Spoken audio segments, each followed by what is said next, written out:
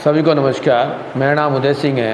हम यहाँ हर वीडियो में मैथ्स के एक एक टॉपिक को लेकर के उनको कवर करेंगे और उनकी जो क्वेरीज आएंगी उनको भी क्लियर करेंगे। Today class maths class 11 chapter number 3 trigonometric function में पार्ट्स जो मोस्ट इम्पोर्टेंट वर्क है and trigonometric equation solution of the trigonometric equation as general एक इक्वेशन को सॉल्व करना है जिसमें हमारे पास trigonometrical function sin x, cos x, tan x etcetera सबकी वैल्यूज हम आपस में प्रीवियस नॉलेज हम टेबल के अनुसार कैलकुलेट कर चुके हैं, जिनका इंटरवल 0 से 2 पाई के बीच में होता है। और यहाँ पर 0 से 2 पाई के बीच में एवरी ट्रिग्नोमेट्रिकल फंक्शन की वैल्यूज हमें 2 वैल्यूज मिलेंगी, जिनको हम प्रिंसिपल वैल्यू कहते हैं, प्रिंसिपल सॉल्यूशन। और इनको यदि हम n की फॉर्म में लिख दें इन टर्म्स को, तो वहाँ हम उसको general solution of trigonometrical equation कहते हैं। जनरली किसी भी ट्रिग्नोमेट्रिकल वैल्यूज की यदि हम प्रिंसिपल वैल्यू फाइंड करें तो उसमें हमें ये देखना होगा कि ये किस कोऑर्डिनेट में है और वो पॉजिटिव है या निगेटिव है। इन केस यदि हमें कहा जाए कि find the principal value of किस एनी ट्रिग्नोमेट्रिकल फंक्शन, तो क्या होगा यदि हम कह दें फाइंड द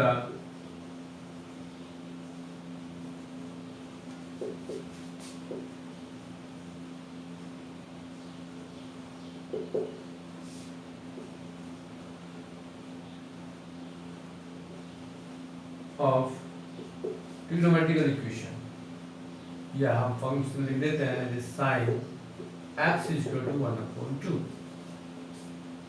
हमें 1/2 ट्रिग्नोमेट्रिकल वैल्यू गिवन है, इसकी प्रिंसिपल वैल्यू फाइंड करनी है। बिकॉज sin 30 डिग्री और sin π/6 इक्वल टू 1/2 होता है। तो यहाँ पर x की वैल्यू क्या हो गई, x इक्वल टू हो गई π/6, और ये एक वैल्यू हो गई जिसको हम प्रिंसिपल सॉल्यूशन कहते हैं। बट हमारे पास जो एंगल्स हैं वो 0 to 2 पाई के बीच में है। इस इंटरवल में हमें दो प्रिंसिपल वैल्यूज मिलेंगी। तो फर्स्ट तो ये हो गई। सेकंड क्या होगी, हमें देखना है कि ये sin x की वैल्यू +½ है। आप साइन की वैल्यू किस किस कोऑर्डिनेट में प्लस होती है, किस किस में पॉजिटिव होती है, फर्स्ट एंड सेकंड कोऑर्डिनेट में होती है। तो फर्स्ट में तो ये आ गया वैल्यूज। सेकंड में यदि हम जाते हैं तो you can change of this sine π/6 also sine π-π/6 second coordinate में पहुंच जाते हैं। इसको देखिए π-π/6 भी सेकंड क्वाड्रेंट में होगा, sin π/6 होगा, π/6 भी फर्स्ट क्वाड्रेंट में होगा, और इसकी वैल्यू जो होगी वो 1/2 ही होगी। तो यू कैन चेंज और right of this terms 6 5π/6 equal to 1/2। तो यहाँ पर ये वैल्यूज हमारे पास 5/6 है, वो एक प्रिंसिपल वैल्यू होगी कि हम लिखेंगे hence principal solution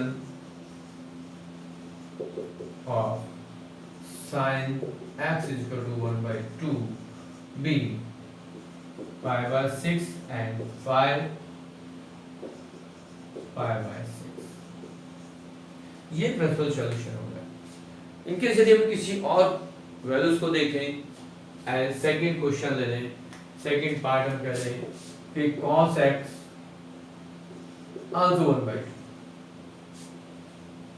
cos x की वैल्यू हम प्रिंसिपल वैल्यू फाइंड करना चाहेंगे, तो cos x के लिए देखेंगे cos 1/2 किसके लिए होता है,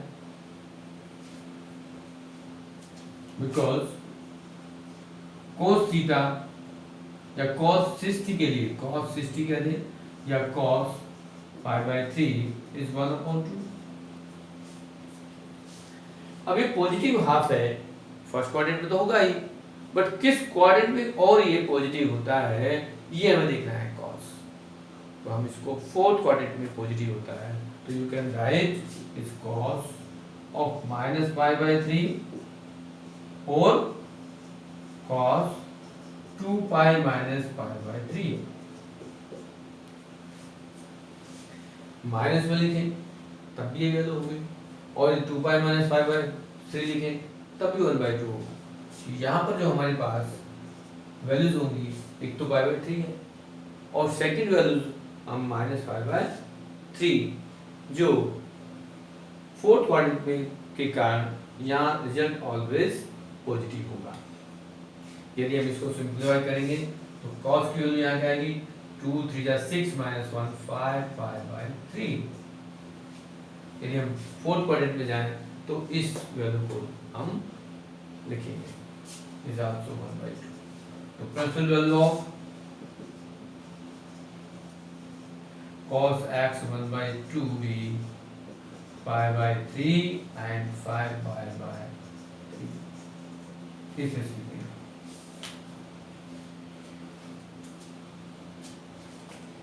नेक्स्ट, यदि एनी वे कोई और क्वेश्चन हम लें जिसमें हमें प्रिंसिपल वैल्यू फाइंड करनी है तो वो भी ले सकते हैं। 10 की फॉर्म में लेना चाहें तो 10 के लिए ले सकते हैं। जनरली हमारे पास जो वैल्यूज है 10 की एक वैल्यू ले लें एज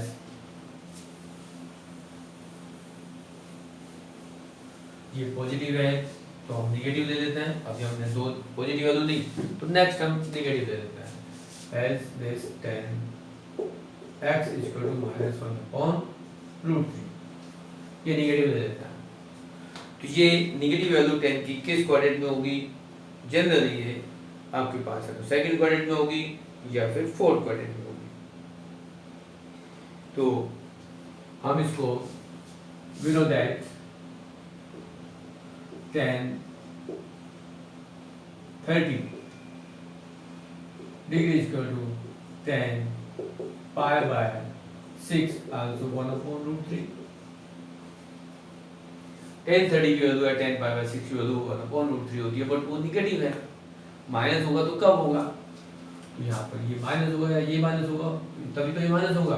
तो we can change is -10 pi by 6 = -1/√3। But ये निगेटिव नहीं होना, इसको पॉजिटिव में कैसे कन्वर्ट करेंगे, you can write of this 10 pi minus pi by 6 also -1/√3। ये टर्म्स हमारे पास -1/√3 तो होगा, बट हमारे पास जो वैल्यू ऑफ एंगल होगा वो ये होगा। और आप इसको क्या लिख सकते हो, 10 6 1 6 -1 5 pi by 6 is -1/√3।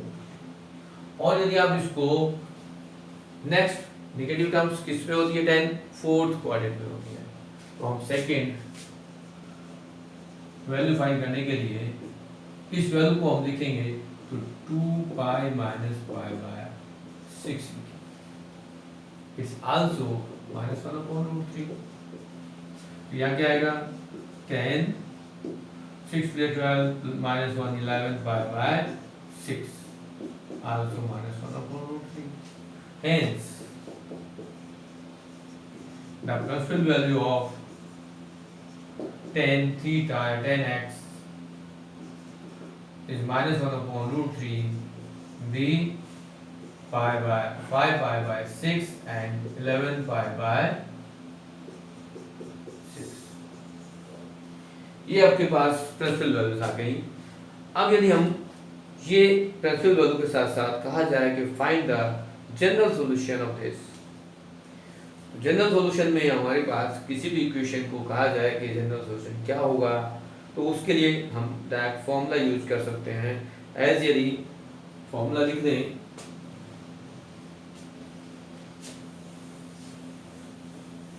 हमारे पास 3 ट्रिग्नोमेट्रिकल रेशियो होती हैं, उनके लिए तीनों के लिए अलग अलग फॉर्मूला है। In case number 1 sin x equal to sine y हो,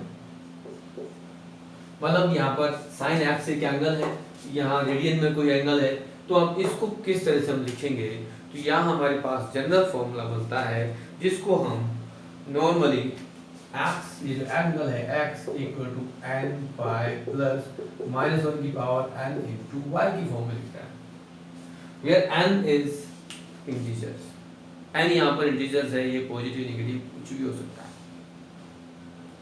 ठीक है। देन यदि हम सेकंड बात करें कॉस की,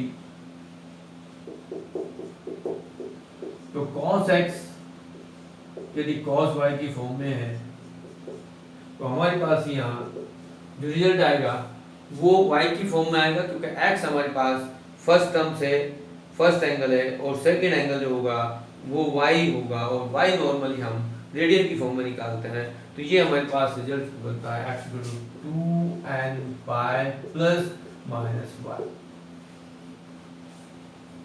या n रिप्रेजेंट करेंगे कि n क्या है, तो n बिलोंग्स टू इंटीजर, यहाँ भी n क्या है, बिलोंग्स टू इंटीजर, y हमारे पास एंगल रेडियन में होगा, और थर्ड जो हमारे पास जो क्वेश्चन है, थर्ड फॉर्मूला जो है वो tan के लिए है।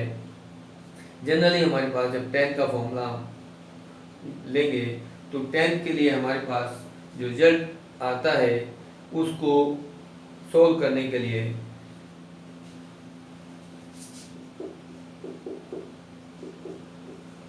जैसे tan x equal to tan y होगा, तो यहाँ भी x की value n pi plus y, जो जनरल फॉर्मूला है उसको हम लिख लेते हैं n पाई प्लस y, यहाँ भी n जो है आपका वो इंटीजर ही है, इंटीजर से मतलब है n नेगेटिव पॉजिटिव कुछ भी हो सकता है, बट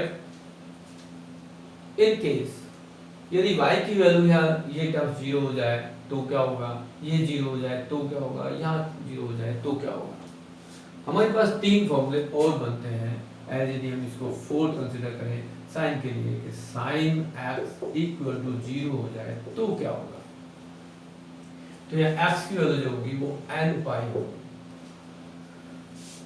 यदि ये cos x इक्वल टू 0 हो जाए तो क्या होगा, यहाँ x की वैल्यू क्या होगी, यहाँ cos 0 कब होता है, cos x 0 कब होगा, जब हमारे पास एंगल 90 का मल्टीपल हो, और 90 का जब मल्टीपल होगा तो हमारे पास ये जो टर्म्स होगी वो चेंज हो जाएगी, यहाँ पर 2n plus 1 into pi by 2 की फॉर्म में हम इसको लेंगे as 2n plus 1 into pi by 2, means ये पाई बाई 2 के मल्टीपल जितने भी होंगे तब ये cos 0 होगा,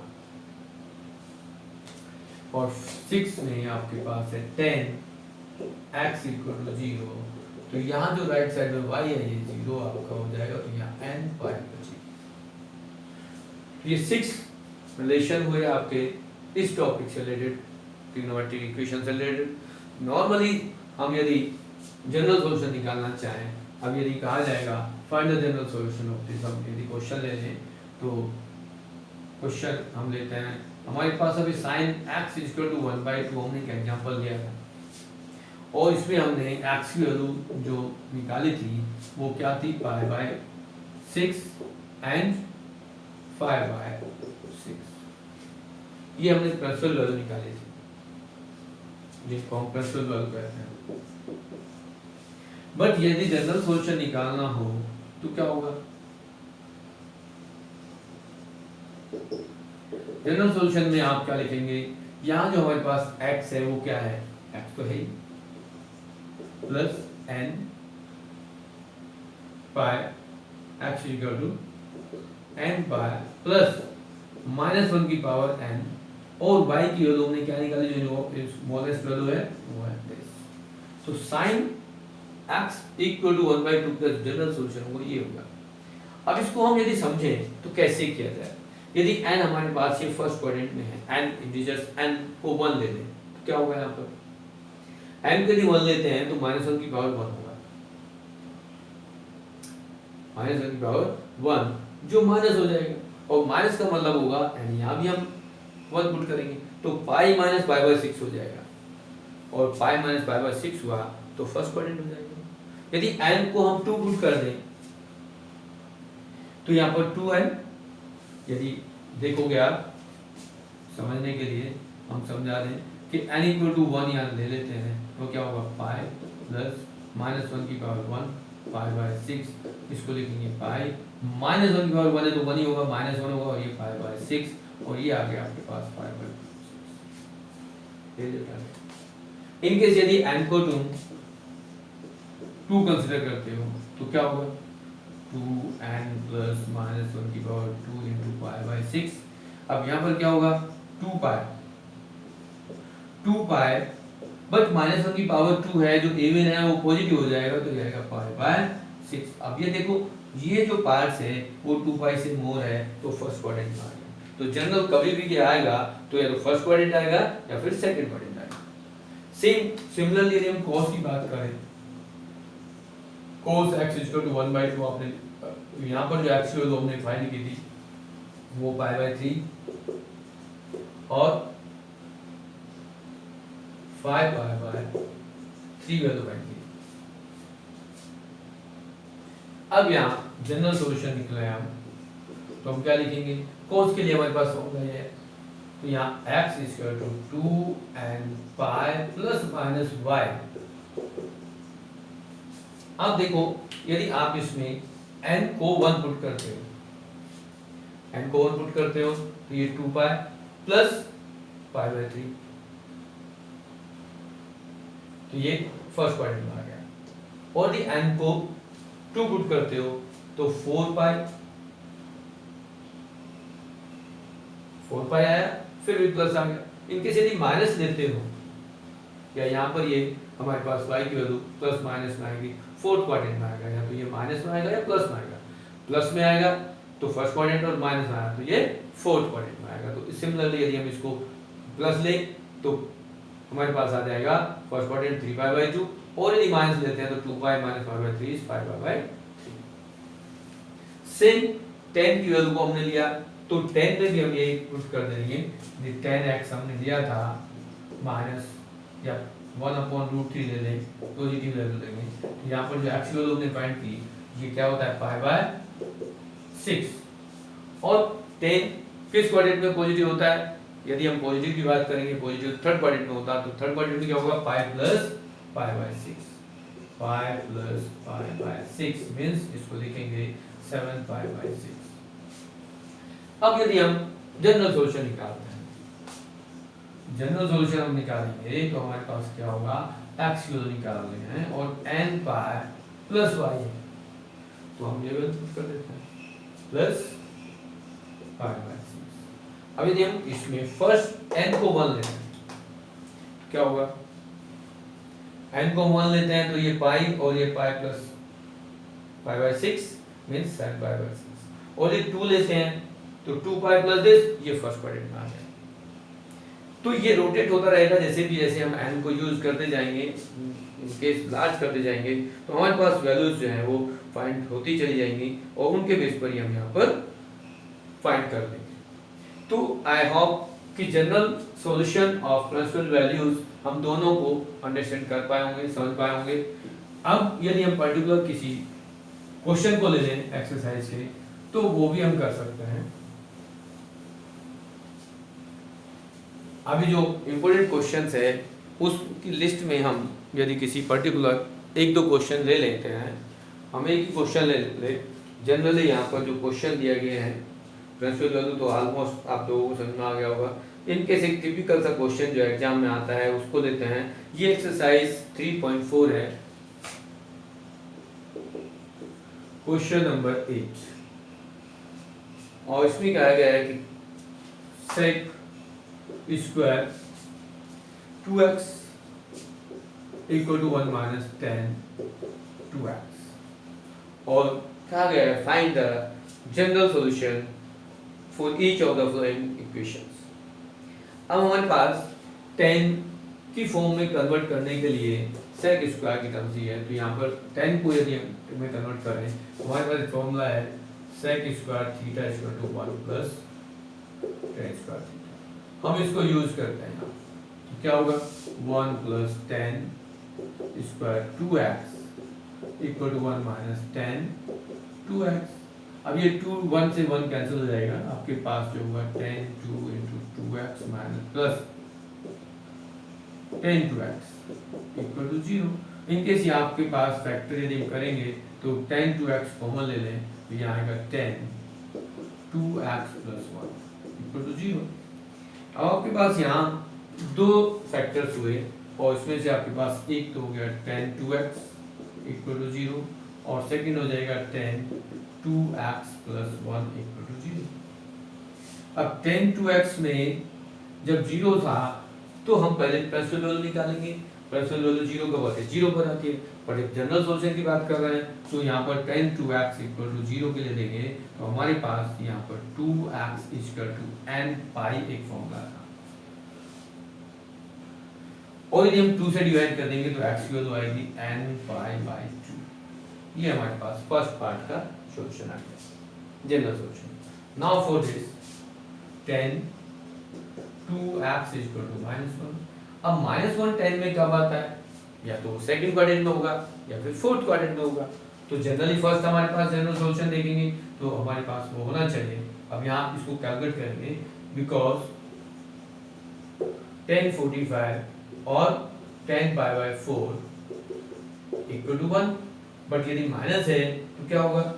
-10 45 इक्वल टू -1 और माइनस को प्लस में कन्वर्ट करेंगे तो क्या होगा? या 10 π/4 को करेंगे तो क्या होगा? सेकंड क्वाड्रेंट में जाएं तो ये हमारे पास क्या होगा?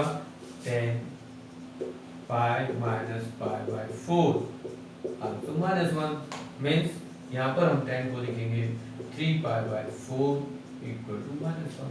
तो ये हमारे पास सारी y थी। तो जनरल सॉल्यूशन में y जब हम पुट करेंगे तो 3 π/4 पुट करेंगे तो यहाँ पर हम लिखेंगे therefore 2x इक्वल टू 10 का फॉर्मूला है तो n पाई प्लस 3 π/4 हमारे पास जो फॉर्मूला है उसमें y की वैल्यू को पुट कर दिया।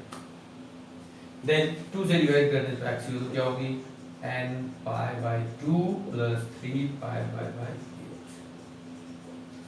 इस टाइप से ये इस एक्सरसाइज का जो सबसे ज़्यादा एग्जाम में आने वाला क्वेश्चन है वो हमने इन्वॉल्व किया। इस टाइप से आपके ट्रिग्नोमेट्रिकल इक्वेशन को सॉल्व कर सकते हैं। इनकेस फिर भी और कोई क्वेश्चन सेम पैटर्न पे किया जाएगा। नॉर्मली हमें फैक्टर्स करने हैं, रीअरेंज करना है, फैक्टर करके उनको जनरल फॉर्मूले में डाल देना है।